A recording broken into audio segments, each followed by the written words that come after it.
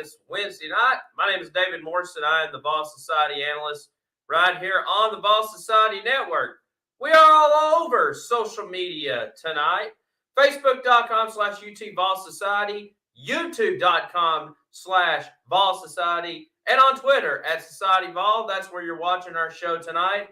Also, just give us a follow on all our social media platforms.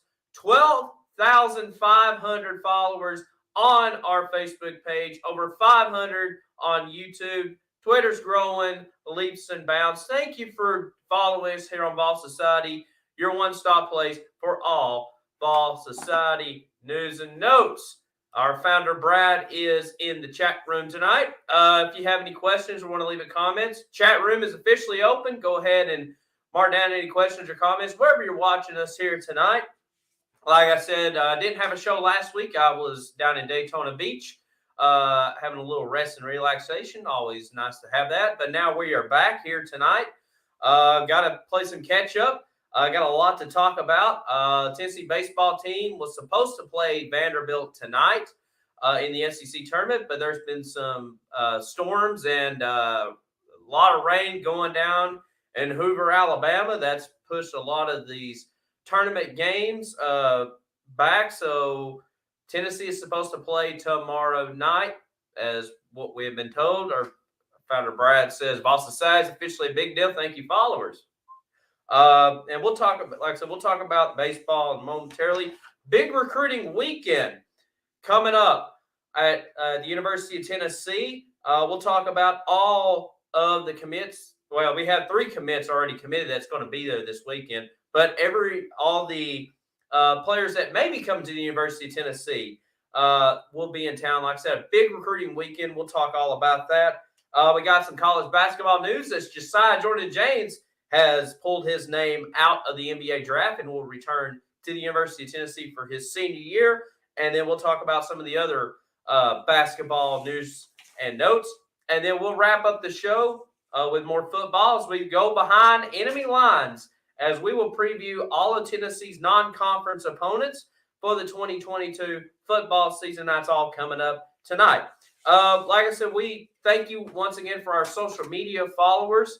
Like I said, we've had a big leap in followers, viewership. So we want to take for a minute, just kind of reintroduce ourselves here on Ball Society. So Ball Society was founded in 2020 by University of Tennessee alum Brad. And he started this page a couple of years ago, just, to bring Tennessee athletics, news and notes, football, basketball, baseball related. And what really launched it originally was his reaction videos. Like I said, Brad is a diehard Tennessee fan like you are. He's very passionate about the Vols, and he has some epic reactions. And all his reactions from past games is on our YouTube channel. And matter of fact, his Kentucky reaction, the game that Kentucky won in Knoxville a couple of years ago, it got trending all over social media and made its way to Barstool Sports. And we had a little bit of our 15 minutes of fame. Hopefully get some more 15 minutes of fame in the future. But that's where it got picked up through Barstool, and then some Kentucky fan pages got that. And Brett kind of became a little bit of an owner or not celebrity, and that kind of spanned Ball Society. And then, like I said, my name is David. I started in Ball Society last football season, kind of doing a weekly recap of Tennessee athletics, football, basketball, baseball, just kind of breaking down what everything's going on. And Brad says, we love to have fun. Absolutely. That's the thing about Ball Society is we want you to come here not only to celebrate Tennessee athletics, but to relax and have fun. We don't want to be anti-negative Vol fans. We want to, we will voice our opinions when times do get rough, but basically we want you to have fun on our page. We are a fan for the fan page, and that's where, like I said, I come in, I do my show. Another of our colleagues, another guy named David Dees, also does some behind-the-scenes stuff. So that's how Ball Society came to be, and we really took off with the football season going into basketball and baseball with Vol Society Live, and just interacting with the Vol Nation. Like I said, I had the personal pleasure to meet Troy Fleming last year before a football game. Got a picture made, got retweeted. Heath Schuler reached out to us. I met him during the ball walk. Eric Ainge follows us on Twitter. And then we had the chancellor at the University of Tennessee, Dante Plowman, has watched our videos and has liked our videos. So we're going out there and try to bring awareness of all society. And Brad made a comment, podcast is coming soon for football. So that is coming up during football season. I'm excited about that. Like I said, it's going to be a lot of fun. It's just like sitting on Brad has said this before, sitting, in the backyard drinking a cup of coffee or having a cold one, talking about Tennessee football, just laughing, being lighthearted, and have some good in-depth discussions. So that's kind of just where we are as Vol Society. Just like I said, we've had a lot of new viewers and probably wondering still who we are and kind of putting a face to the brand. And that I just want to take some time to explain that. And like I said, yeah, we talk about pushing our social media accounts, but like I said, I just want to kind of explain why we are doing it. All right, so that's enough of that.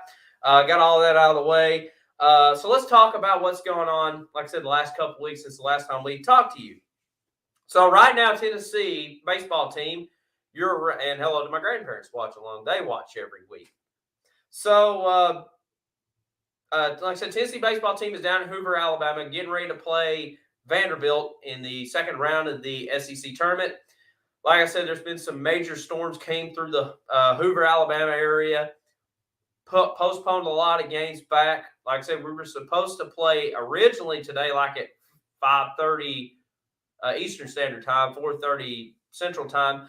But like I said, everything just got postponed, and then we were supposed to play at 9 o'clock. That's not going to happen. They made that announcement probably 3-4 hours ago that we will not be playing tonight because of the scheduling. We're supposed to play tomorrow. But like I said, Tennessee is the defending not only SEC Eastern Division champions, but the overall SEC champions. Like I said, this team has just been fantastic to watch all season long. And like I said, and Tennessee baseball team just got highly rewarded this past week at the end of the season awards. Tennessee racked up a bunch. Tony Vitello is your SEC Coach of the Year. No doubt about it. I mean, just what a personality just to have at the University of Tennessee. Maybe in a good or a bad way, depends on your fan base. But he just brings a lot of energy to this team, and the team feeds off of him. We've kind of been seeing it grow year after year, and then last year it really took off. And onto the road to Omaha, we've seen just how this team is electrified their play, and then going into 2022, just arguably one of the greatest college baseball teams to ever play. Hopefully, ends with a championship for us. Like I said, it's still a long way to go. Brad says the most eligible Bachelor of the Year award as well in Tennessee. Wow. I didn't even know that either. That's pretty cool. Maybe we'll do a Bachelor in Knoxville. Who knows? Speaking of awards, Chase Dolander was named SEC Pitcher of the Year. He was he came from the baseball transfer portal from Georgia Southern, had a really good run down at GSU, and came to Tennessee and came out and won SEC Pitcher of the Year. And this pitching staff has just been fantastic. Not only with Chase Dolander, Chase Burns, Drew Beam, a freshman, which, by the way, he won SEC Freshman of the Year. And then and keep in mind, this is a team that didn't have was supposed to probably win SEC Player of the Year, at least in the preseason, in Blake Tidwell. He was out injured most of the year, and he finally came in the last 4 or 5 weeks here. And the bullpen is just outrageous. Ben Joyce, the 100-mile-an-hour pitcher, Kirby Connell, Camden Sewell, Redmond Welsh. I mean, this team is just so loaded, and it's going to be very interesting to see how Tony V uses this SEC tournament. Like I said, because Tennessee's definitely going to be playing in the NCAA tournament. They're going to be the number 1 overall seed. Knoxville's going to host a regional. very good chance hosting a super regional for the second year in a row. Is how is Tennessee going to use their pitchers in this tournament? Are they going to just do as business as usual, or are they going to try to save their main arms for the NCAA tournament? Maybe just kind of change pitchers every couple innings. That's going to be very interesting to watch over the weekend, just how Tony Vitella and the coaching staff uses their pitching staff and the bullpen throughout this SEC tournament. It's going to be very interesting to see. First team All SEC players, Trey Lipscomb, Chase Dollander, and Drew Gilbert all named first team All SEC. Also, Drew Gilbert was named All Defensive Team, first defensive team in SEC. And the game I went to, that Saturday game against Georgia, Drew Gilbert made an excellent diving catch in the center field. That was really awesome to see.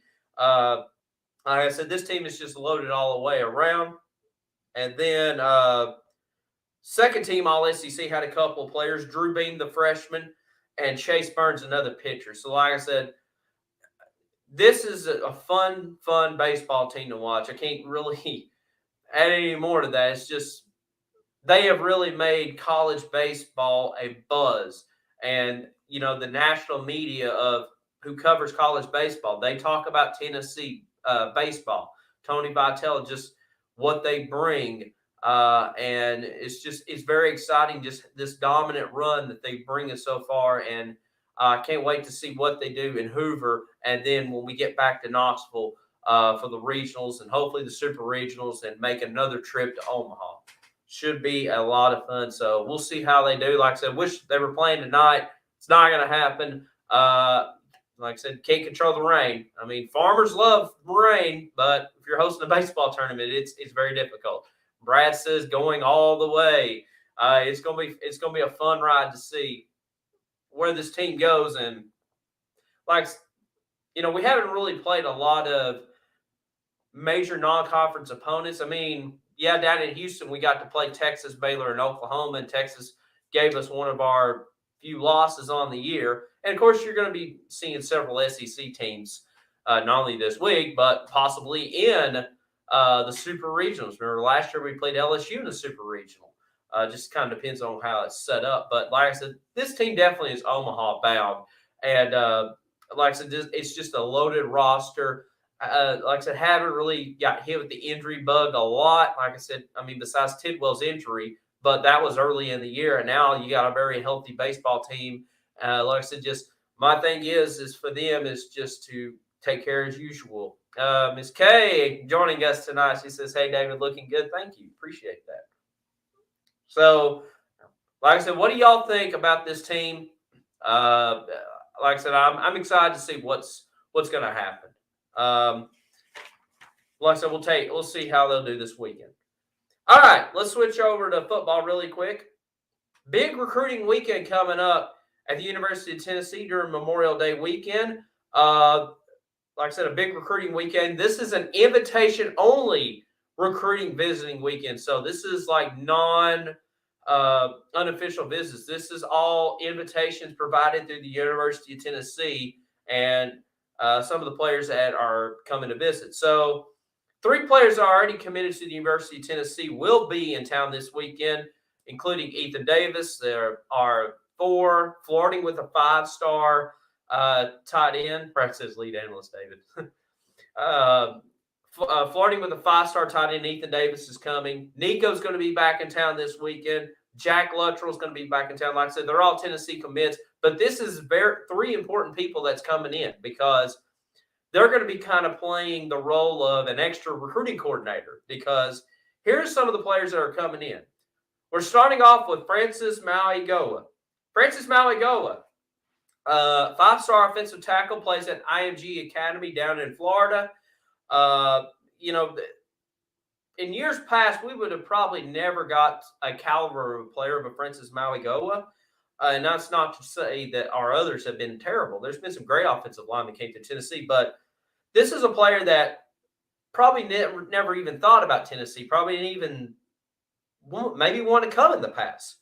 But Nico Iamaleava, when he committed to the University of Tennessee, that sent a ripple effect throughout the rest of the recruiting class of 2023. So now Francis Mauigoa could go anywhere in the country, and he could still go anywhere in the country. Right now, he's still linked with USC, Oregon, and Miami, but he's really good buddies with Nico.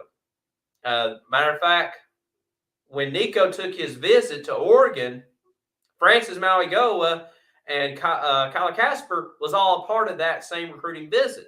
So they all know each other. Of course, every high school football player's got social media accounts, and I'm sure they direct message each other. So they're always in constant contact. And with having a player like Francis Mauigoa coming, Nico's already on campus. He's finally getting his first look at University of Tennessee. The weather, hopefully, is going to be nice this weekend. I think it's supposed to be up in Knoxville. So, like I said, it's a holiday weekend. It's going to be busy in Knoxville. So, you're not going to have a lot of athletic competition going on because school's going to be let out. But you're going to have just that taste of Knoxville, just what Knoxville brings. I mean, yes, University of Tennessee is there. And yes, the fan base is rowdy. But just being in Knoxville, being on Cumberland Avenue or in downtown Knoxville, and like I said, Nico, Jack Luttrell, and Ethan Davis already knows what Knoxville is buzzing. It's going to be, like I said, just to get introduced to it. Miss Case says, that's right. You go, David. If you got a question about the Vols, just ask David. He's the man with the plan. And Brad says, I was reviewing the schedule in depth this week, and I'm calling it here 9 wins minimum this year. I say 10 is very possible. That's a possibility. And we're going to talk about some of our non-conference opponents as we wrap up tonight.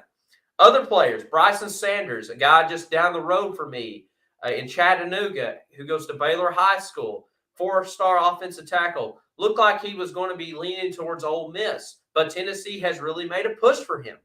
Like I said, another Tennessee player trying to lock down the borders, if you will. You hope, okay? So, like I said, this is huge for a young quarterback in Nico. Like I said, you have your quarterback for the future. Now you need to build that offensive line, get that protection. I mean, how many times we've seen quarterbacks get a lot of hype coming to University of Tennessee and didn't have that pass protection? Seen it year after year after year, and sometimes it's the quarterback's fault, and sometimes it's not.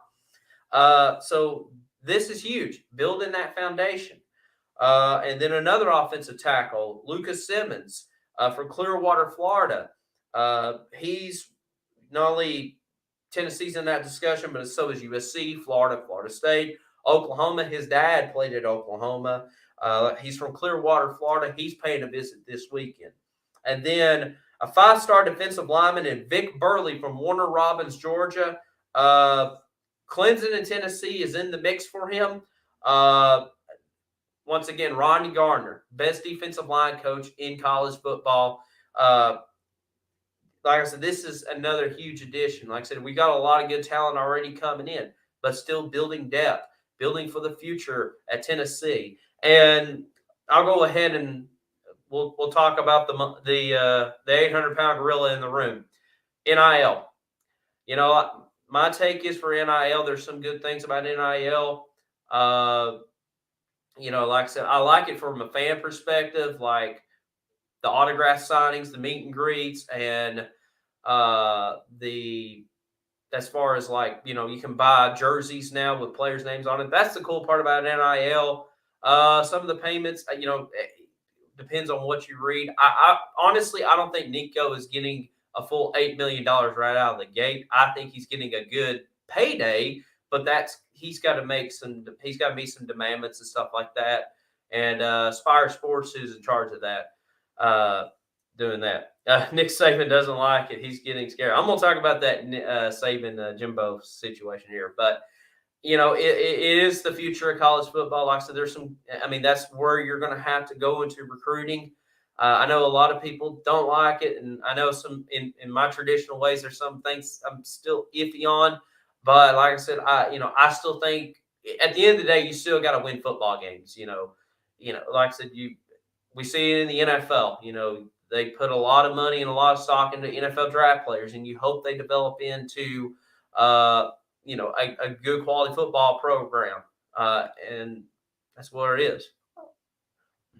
Brad says, I really don't like Fisher, but man, that was an awesome what he says. Yeah, but, oh, yeah, absolutely. I missed your comment. We could well be hosting Alabama undefeated at 5-0. Do you realize how insane that game will be prime time and we would ceremonially be ranked in the top 15? Yeah, absolutely. On that Alabama game. I mean, I mentioned it in my bold predictions. We could be going undefeated 5-0, and I said college game day question mark. Like I said, I meant to look up to see if any games may challenge that, but I couldn't really see that. Anyways, but yeah. Yeah, I'll go ahead and talk about Saban and Fisher. This all happened when I was on vacation too. I saw both quotes, and honestly, I'm surprised Saban didn't bring us up with with supposedly us paying Nico $8 million. I don't know how we got away with that, but we did. He mentioned about Jackson State, Deion Sanders, and that upset a lot of people. And then obviously Texas A&M, and he made the comments at what was supposed to be a kind of a closed door meeting or a ceremony where coaches can express a little bit more than what they do with the general media in sense. But in the days of everybody having cell phones and iPhones and recording, it's just you can't, you got to still be careful what you say. And Brad says Saban's being a baby, he doesn't have the control he used to have, and that may be true. Like I said, like I said, Texas A&M did have the #1 recruiting class. I believe some NIL had to do with it. Who knows? But yeah, I just thought it was kind of a little bit out of character. I'm sure it's just probably some vent frustration from Saban, just kind of expressing it. And like I said, in the days of, with everybody having a cell phone, they recorded it and took the words. And yeah, it's just, it was just very out of character of him. And then Jimbo, like I said, he came out blazing glory, just saying what was on his mind. And yeah, it was very entertaining just to see what all took place when I was on vacation. And like I said, that was the talk of the college football world. And Brad says it's totally true. Saban is not getting these guys he wants easily and could get because of NIL, and he doesn't like it. Yeah, absolutely. I mean, like I said, we all know that paying players have always been around in college football. I mean, it's been well documented with SMU, Miami, even Alabama before. And like I said, it's just always been, under the table, and now it's exposed and open. And, in the days of NIL, and it's like I said, we've just opened up a whole can of worms here. And like I said, you can't put the worms back in the can. So, like I said, this is the future of college football. Like I said, it's a change. I hope it doesn't wreck the integrity of the game. But we're, like I said, college football has always brought an attraction, especially down here in the South, obviously. But you look at where college football is, and just college sports in general. It's still, like I said, we watch it and we support our schools for the competition, but it's entertainment too. There's a part of entertainment to college football. You look at the TV ratings year in and year out, whether it's ESPN, CBS, ABC, Fox. Some of their highest rating live sporting events is football. Obviously, if you have the NFL package, you're going to have monster numbers, but college football is just right there. As a matter of fact, some college football games outdrew some regional NFL games. It's just so does it. Brad says every school does it, and calling out Johnny Billings wherever he's at tonight. But like I said, and especially now you're seeing this, I guess in the last week, the Mountain West Conference and the Pac-12 Conference are eliminating divisions starting next year. And they're going to have whoever finishes number 1 and 2 in the conference meet in their conference championship. I think that's going to be every college football conference. I believe we're going to see division plays go away, and I'm okay with that. To be honest with you, I know some people love the traditions of maybe a Tennessee, South Carolina, or a Georgia, Kentucky, and they're all fun. And yeah, that's inbred in college football, but since Texas A&M has joined the SEC, Georgia has not went down to College Station to play a game. Matter of fact, they've only played once, and that was, I believe, last year or 2019. So, I mean, we've had some teams that have not played each other even in a decade. And, like I said, we still play these traditional division games, and they're fun from a, like I said, traditional standpoint. But, you want to play everybody. You want to see some of these East-West matchups that you haven't seen in a while. Yeah, Brad says, I think I might be going to the South Carolina game this year. It's close. Yeah, that pretty close to you. Yeah, definitely. Yeah, it's William Bryce Stadium is a great atmosphere from what I've heard. Like I said, I've been to several Tennessee, South Carolina games just in Knoxville. But for me, I would love to see maybe in the future the SEC they decided to break up the division games, maybe do that 3-6-6 matchup or scheduling, I should say. So you have 9 conference games. So you will have 3 traditional games. So I'm just going to throw out 3 games. Now, I'm not saying this is official, but we'll just say Alabama, Georgia, Florida. Let's say Tennessee plays Alabama, Georgia, Florida every year. And then you'll be playing 6 additional SEC opponents that year. And then the next year, you'll be playing 6 other teams. So you'll play the entire, which will be 15 SEC opponents in a 2-year span. And Tennessee obviously would be the 16th with the addition of Oklahoma and Texas coming aboard. And I would love to see that if that does go that way. I'm not really crazy about the pods or the quads having 4, 4, 4, 4, and 4. It might be interesting, but it's going to be kind of confusing to figure out which pod you're in and try to remember it compared to the divisions.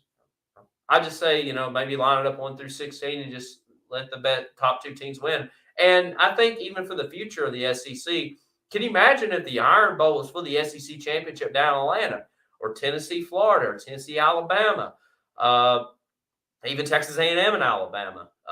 It's like I said, I think that could be very, very interesting to see where this goes. And I think a lot of conferences are going to follow through. I know the ACC's talked about it in the future. I'm sure the Big 12 wants BYU, Cincinnati, UCF, and Houston joins, and whoever else may join the Big 12 or 16, whatever they want to call it. I'm sure they'll probably think about that too. So college football is definitely going to be changing. Like I said, we're in an ever-changing society. Streaming networks are coming to the fruition as far as television viewership goes. I mean, I still think you'll have your traditional CBS, NBC for Notre Dame, ABC, Fox games. You'll still have them and ESPN, but we're kind of seeing, like with Major League Baseball, putting some of their games on Apple TV and Peacock. I can see some college football games moving to these streaming channels, whether it's at HBO Max or a Peacock or Apple or whatever. And I think that's where you'll probably see some of that move. But we shall see. That's still kind of a long way off. But, yeah, college football, like I said, ever-changing, and Tennessee is a big part of it.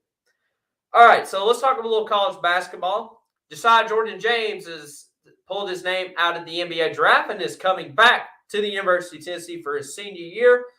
Very excited, very nice pickup. Very happy he's coming back. That's a big pickup for us. Like I said, when Olivier Kamala went out with his injury, Josiah Jordan-James really stepped up his game, had a big SEC tournament, which led to a championship, had a good NCAA tournament run, and like I said, a very nice pickup back for Rick Barnes. Still haven't heard about Santiago Vescovi. I guess he's still doing his NBA draft combine. He's kind of quiet on his social media account and just kind of like looking around, snooping pretty much. It looks like he had his combine late last week, but no decisions really came out of him. I'm assuming he's coming back, but we'll see where it goes. Tennessee picked up 3 recruits since the last time we talked to you. Julian Phillips, 6'8" forward, McDonald's All-American from Branson, Missouri, 5-star forward. He chose Tennessee over Auburn and the NBA G League. So that's a very nice pickup. Bad for the G League, but very nice for Tennessee. Another player, DJ Jefferson, 6'5" wing player. He originally signed with Tulsa. I just learned that before I went on the air. And then, or originally committed to Tulsa. then backed out, and now he's committed to the University of Tennessee. And then Toby Aqua, I hope I'm saying that right, 6'8" forward from the Bronx. Not really a highly rated player, but he did get some scholarship offers from Maryland, Pittsburgh, and St. John's, which, if you don't know, St. John's is in New York City, or in the suburb of New York City. But he decides to come to Tennessee.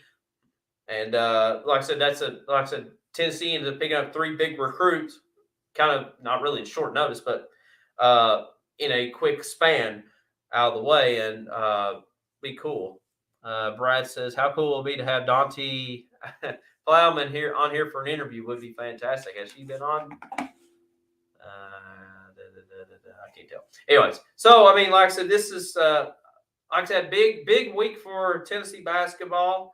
Like I said, not only having Josiah Jordan-James come back, but ended up picking up 3 recruits. You still have BJ Edwards that's coming in, another 5-star or 4-star, 5-star player. I can't remember off the top of my head. Local kid from Knox Catholic.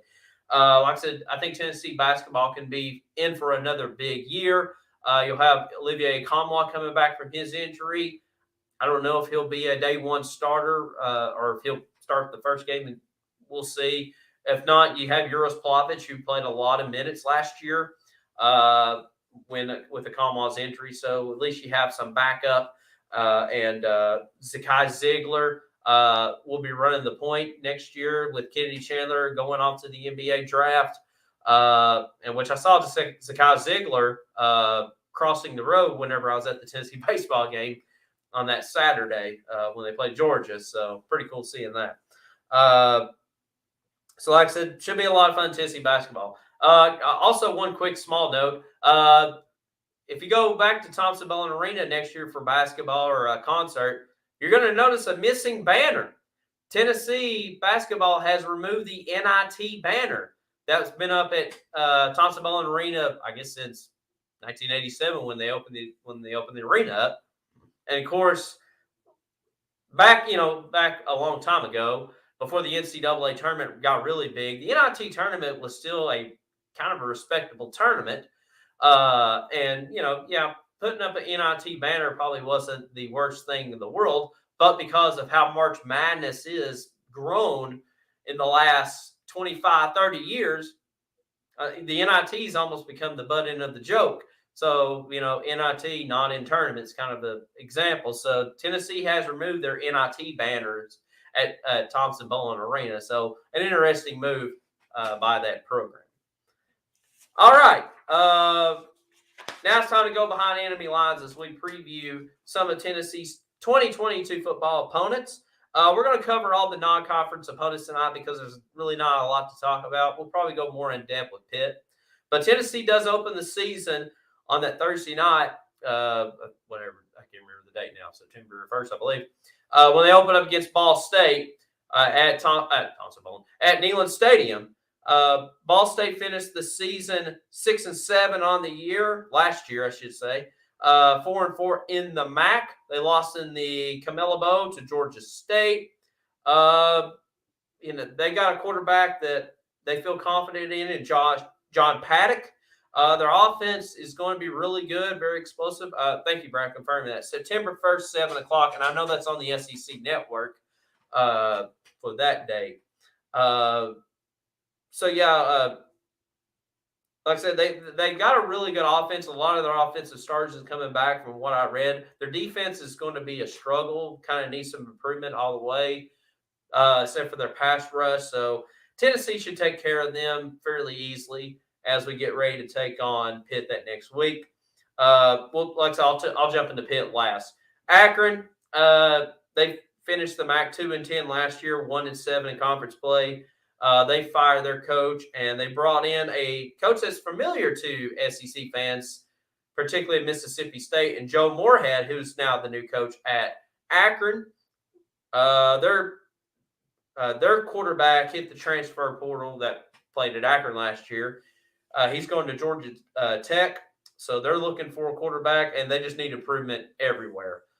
This is going to be kind of a rough season for Joe Moorhead first year at at Akron, and like I said, Tennessee should easily take care of that.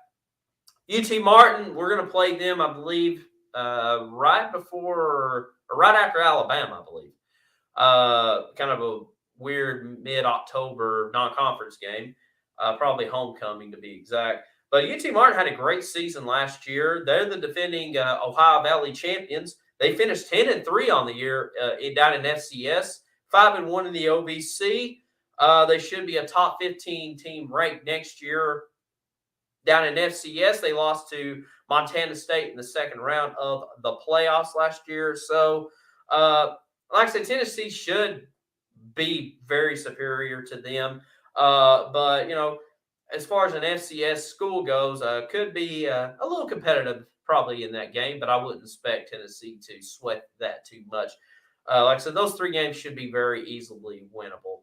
But like I said, UT Martin, like I said, great season last year, and could be a little tough. But I don't expect nothing to sweat over.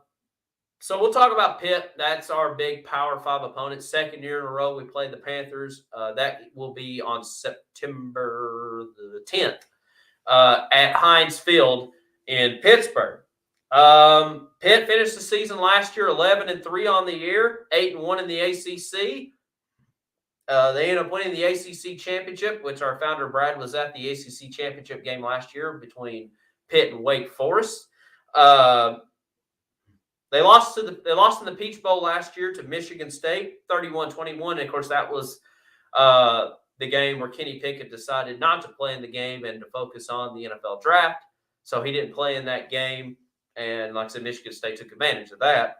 Like I said, they lost not only Kenny Pickett to the NFL draft, who was selected by the Pittsburgh Steelers, but just recently lost their top wide receiver, the defending Blitnikoff winner, Jordan Addison, hit the transfer portal, and now it looks like he's heading to USC.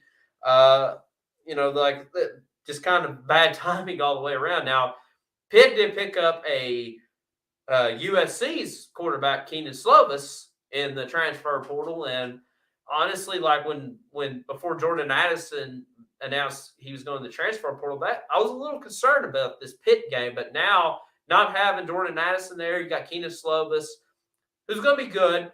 But I expect Tennessee to go into Pitt and pick up a nice road win. It's going to be a tough environment. Like I said, normally college football teams who play in NFL stadiums don't have the greatest home field advantage. But if you had to pick probably the toughest one, we would probably be Pitt. Like I said, it is a football city, and Pitt does have a very good fan base. I mean, obviously with the Steelers, but they do have a good following with the Pitt Panthers. And I remember last year seeing a lot of Pitt fans coming to Knoxville. Now, granted, they ended up having an excellent season last year. So, should be a very interesting game. But like I said, Tennessee should be ready for them. As a matter of fact, Pitt will be playing West Virginia in the backyard brawl to start the season off in week 1. So, they're going to be battle tested right out of the gate. Like I said, Tennessee will, play a non-conference opponent of a group of 5. So, this will be Tennessee's first tough opponent. Like I said, Pitt will already be battle tested. So hopefully we'll go in our way where we go in there and pick up the W. But like I said, a pretty easy non-conference game. Like I said, Pitt's going to be very interesting, kind of like last year. But I feel very more confident this year than I did last year in the Pitt game. And like I said, Ball State and Akron and UT Martin should not be too tough at all. But like I said, each and every week we're going to break down the rest of the schedule. We'll pick an opponent. I think next week we're going to talk about that Florida game. Like I said, it's a big game coming up this year. Like I've been saying many times on Ball Society Live, if we had to pick a year that we're going to be Florida, this has to be the year. And we'll definitely talk about that next week on Ball Society Live as we preview that Florida game and that Florida team. But like I said, a lot of stuff going on at the University of Tennessee.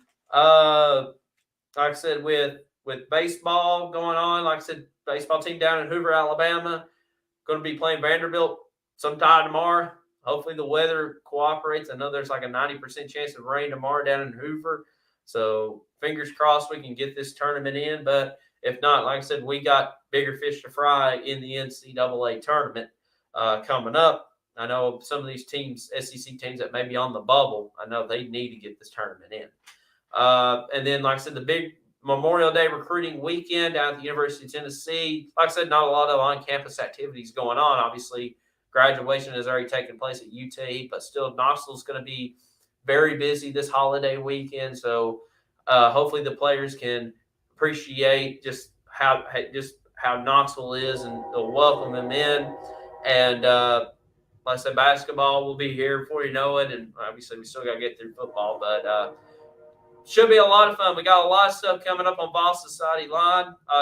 Brad mentioned prayers for Texas. Just a tragedy that took place yesterday, senseless acts of violence. And I'm just going to say this as my advice is be kind to everyone. Be kind to everyone. Whether at work, out in town, just show love. Love is the answer in everything. Absolutely. Anyways, getting back on track here. Like I said, thank you for just supporting us here on Vol Society Live.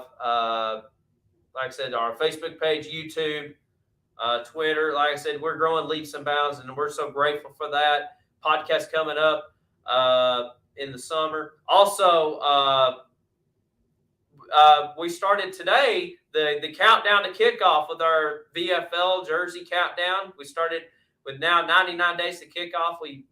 We'll post pictures each and every day of past Tennessee football players and whatever jersey that matches with the countdown. So tomorrow will be 98. So Big John Henderson, we'll put his picture on Vol Society Live since he wore number 98. Brad says, we love our Vol Society family. Absolutely. We thank you for supporting us and continue to support us through our social media pages. And like I said, just we greatly appreciate it. So, that's about kind of all we got. Like I said, we'll do the countdown each and every morning. I'll post it, counting us down to kickoff with some VFLs. Really excited about that little project. And then, like I said, we'll be here for you know it. Enjoy the holiday weekend. It's Memorial Day weekend. Remember the reason why we do celebrate Memorial Day. Take time to reflect the ones that sacrifice so we can do these Wednesday night shows and go to Tennessee football games and just enjoy life. And like I said, stay safe out there. If you're going to be out on the outside of the lakes or stuff, watch out for each other. Be responsible for what you do. And like I said, once again, be kind to everyone that you come across this week. Like I said, that's what we need in our world is kindness and love. And like I said, we're going to bring that each and every week. And that's why we want us on our show is to just kind of escape all the stuff that goes on in the world. And we want to talk about Tennessee athletics and to just hopefully relax. That's why I want to bring on this show, especially just bring a little positivity into this world of social media. But thank you, Brad. And like I said, thank you for joining us here tonight. We'll be back here next Wednesday night, talk about the SEC tournament. We'll preview the Florida game and any other news and notes at the University of Tennessee. Until then, have a great long weekend, everyone. Stay safe, be kind. We'll talk to you all next week. Have a great night and go Vols.